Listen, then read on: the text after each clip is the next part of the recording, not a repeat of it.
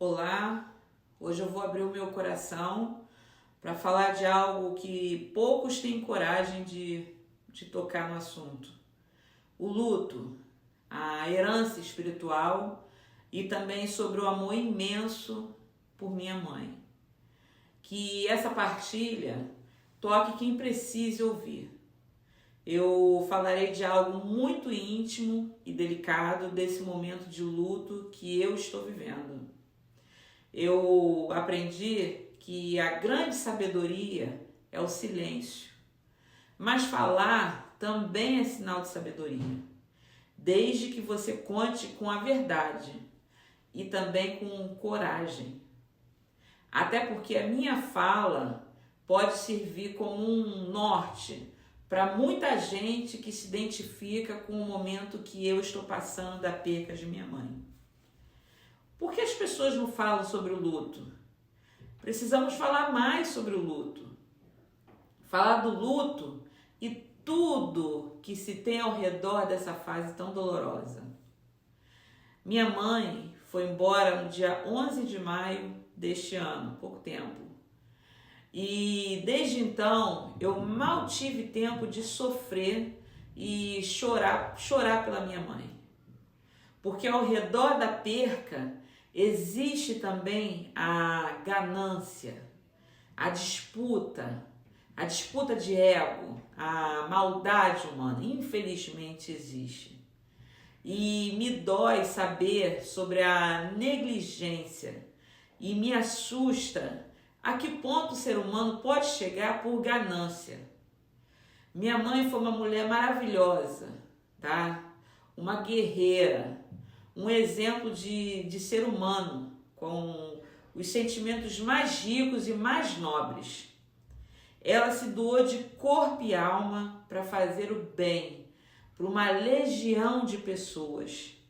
Dedicou a vida à espiritualidade e cumpriu a sua missão nesse plano espiritual, e eu tenho certeza que foi com maestria. A minha mãe foi embora com sequelas pelo corpo, resultados de mais de 40 anos dedicada a fazer o bem. Noites e noites sem dormir, horas e horas sentada numa mesa de jogo de búzios e as inúmeras ingratidões. Toda uma doação de corpo e de alma. Suas mãos mal fechavam, tá? Por tantos anos repetindo o mesmo movimento em sua arte, a arte de jogar os búzios, que aos meus olhos de admiração para ela, a minha mãe sim, ela fazia divinamente e abençoadamente a sua arte, o dom de jogar os búzios. E nesse ritmo de trabalho, ela esqueceu dela como mulher, como ser humano. Deu tudo para mim e para a família que ela e meu pai constituíram. Aliás, ela e meu pai trabalharam a vida toda para oferecer o melhor para todos. Os dois juntos, de domingo a domingo, sempre trabalhando. E o início da vida matrimonial deles, ainda lá na formação do Morro do Acari, dividindo um ovo para comer, tá? E em meio a toda aquela dificuldade, caíram para dentro do trabalho para construírem um legado com raízes fortes, com bases fortes e lindo. Defeitos todos nós temos, mas para mim meus pais não tiveram defeitos, pois eles se sacrificaram muito para hoje eu estar aqui. E como que hoje eu me calo diante de tanta injustiça? A herança espiritual, ela existe e é algo que deve ser preservado e respeitado, pois não é algo decidido por mim, até porque eu não pedi para nascer. Mas ao mesmo tempo, penso que eu, Rebeca, como espírito, tive a dádiva de escolher Dona Gina e seu Rui como os meus pais. E talvez eu tenha sido incumbida dessa missão antes mesmo de eu nascer. E de dar continuidade a todo o esforço e a luta dos dois. A gente não entende os planos divinos e também não ultrapassa os planos divinos. Eu não sou melhor do que ninguém, mas o meu amor e a minha gratidão aos meus pais, a minha mãe Ansã e a todos os orixás é muito grandioso, que me fazem sim pensar em mudar todos os rumos da minha vida e da vida da minha família aqui. Eu sou casada, eu sou mãe de 4 filhos e nós temos nossa vida aqui, né, na Califórnia.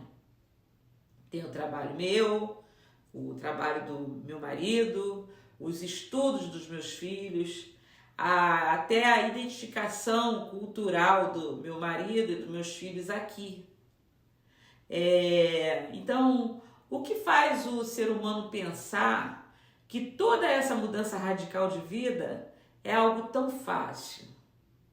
Mudar toda uma rotina, todo um futuro, não só meu, né? Adaptar e impor essa adaptação à minha família. Não será algo tão simples, tão corriqueiro, que olhando para eles, será que impor essa nova fase não seria até um egoísmo meu? Como mãe, como esposa? Vocês conseguem entender isso? Por outro lado, eu tenho a certeza que Mãe Oiá e Mãe Oxum não querem que esse processo seja de sofrimento para mim, para nós. Eu entendo que deve ter muita sabedoria e priorizar também o meu marido e meus filhos. Eu devo priorizá-los. Mas é uma junção de coisas. O sofrimento da perca, pois tudo que eu queria era minha mãe aqui comigo. Ela velhinha, um caquinho que fosse, mas aqui comigo. Junto o sofrimento de perder a minha mãe e ao redor disso chegam os aborrecimentos, as disputas, as calúnias, a torcida negativa que a gente sabe que existe, a maldade daqueles que também deveriam se preocupar em cuidar de todo um legado com leveza e também com gratidão. Deveriam lembrar do suor, da luta, do sofrimento dos meus pais, que toda aquela energia ali existente que deu estudo, que matou a nossa fome, que deu dignidade e nos ensinou a ser gente. E talvez ninguém esteja enxergando em meio a tanta ambição e ganância, tanto ego, que Mãe Oiá é o de mais precioso nessa vida. Um otá, um simples otá, mas que para mim precioso. Um vento que está ali e que também tem os espíritos dos meus pais, que para mim também são minhas preciosidades. São o que há de mais lindo nessa vida. Mas Oiá é Oiá. Oiá é um orixá vivo na minha vida.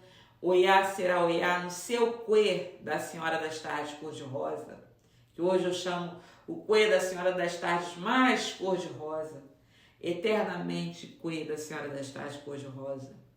Oiá será Oiá aqui na Califórnia, em qualquer lugar do mundo, desse mundo de meu Deus, onde eu for e onde eu estiver que estar. Mesmo que eu esteja só, eu e ela, sempre será Oiá na minha vida. Porque a história, o tempo, não se pode voltar atrás. E eu não pretendo voltar atrás. Até porque a espiritualidade sabe do meu coração e da minha eterna gratidão e lealdade, tá?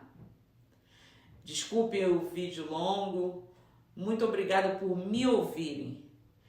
Que minha mãe siga viva no vento de Oiá, no colo doce de Oxum, e na firmeza do meu coração. Bênção a todos e um forte abraço.